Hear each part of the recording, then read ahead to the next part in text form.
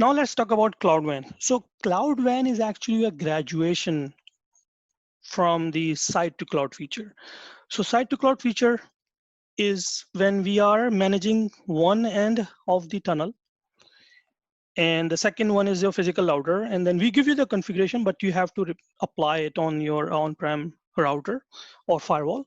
But the cloud WAN is a special case which we created for our Cisco folks out there.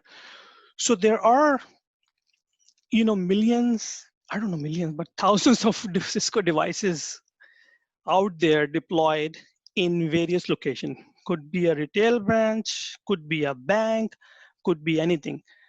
And their simple requirement is to connect those old Cisco routers back to cloud. That's it. Now, if they go back to Cisco, so Cisco will tell that, we have this SD-WAN solution available.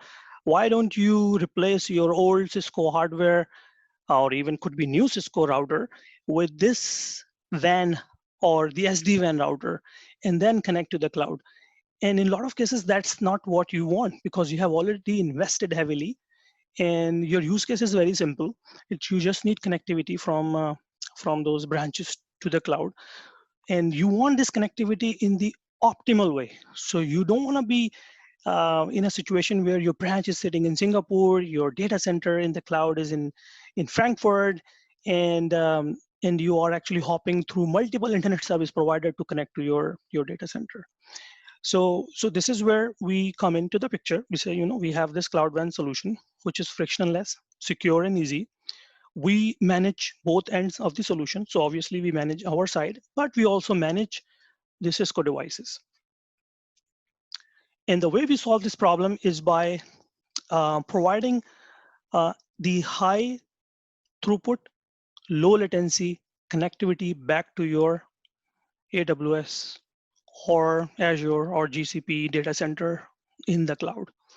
So if you are not using our solution, for example, and if you're trying to build a tunnel from the Singapore location to this application in US East, by default, you'll be going through this scenic route, right? So there are multiple internet providers in the middle, the latency is bad, the throughput is not what you expected. So the way we do it, basically, we provide you this optimal connectivity. So we will onboard this Cisco router to the closest AWS branch location, or could be Azure. And from there on, you will be basically riding on top of the cloud backbone and will connect to your destination application or the transit gateway in this example.